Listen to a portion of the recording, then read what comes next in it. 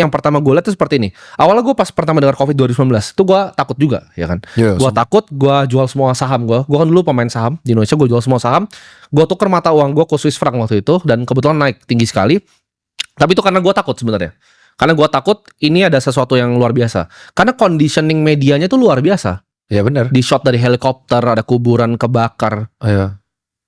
Pertanyaan kayak gue, itu lu kan sebagai dokter kan, pasti banyak teman-teman dokter. Itu beneran ada nggak sih tempatnya? Atau itu waktu itu karena nggak pernah ketemu lagi loh gue. Sekarang gue coba cari kemarin sebelum podcast ini, gue coba cari di YouTube dan coba di source lain di luar YouTube, di Rumble, di berbagai macam web sampai di dark web itu gue nggak ketemu lagi yang ditayangin di TV, yang shot dari helikopter terus kuburannya kebakar dengan api semua itu nggak pernah. Oh kalau itu aku nggak tahu, kalau yang itu aku udah nggak tahu. Tapi gue lihat dengan mata kepala gue sendiri di TV itu waktu itu shotnya tuh. Kalau orang takut. Kalau kuburan massal yang di Indonesia tuh yang wafat karena COVID itu jelas real. Itu real ya. Real, yang wafat karena COVID itu real. Jadi ini bisa diterangin kan.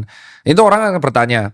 Ini harus dijawab ya. Jadi orang yang meninggal karena COVID mayoritas itu memang mereka ada comorbid. Itu betul.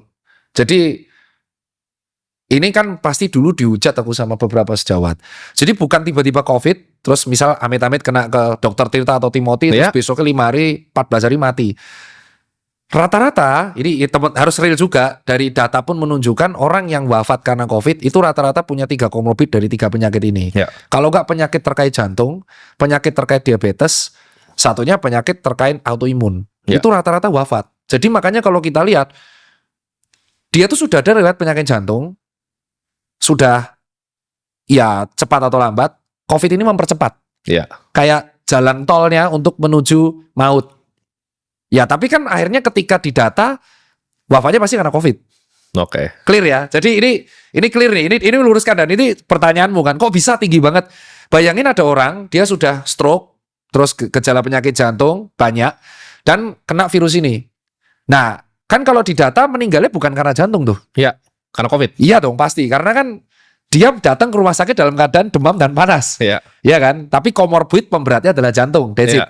Loh terus kok bisa kok komorbidnya jantung? Karena 60-80% orang itu tuh nggak sadar akan jantungnya.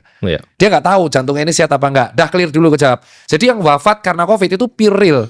Tapi memang mayoritas disertai komorbid dan itu benar.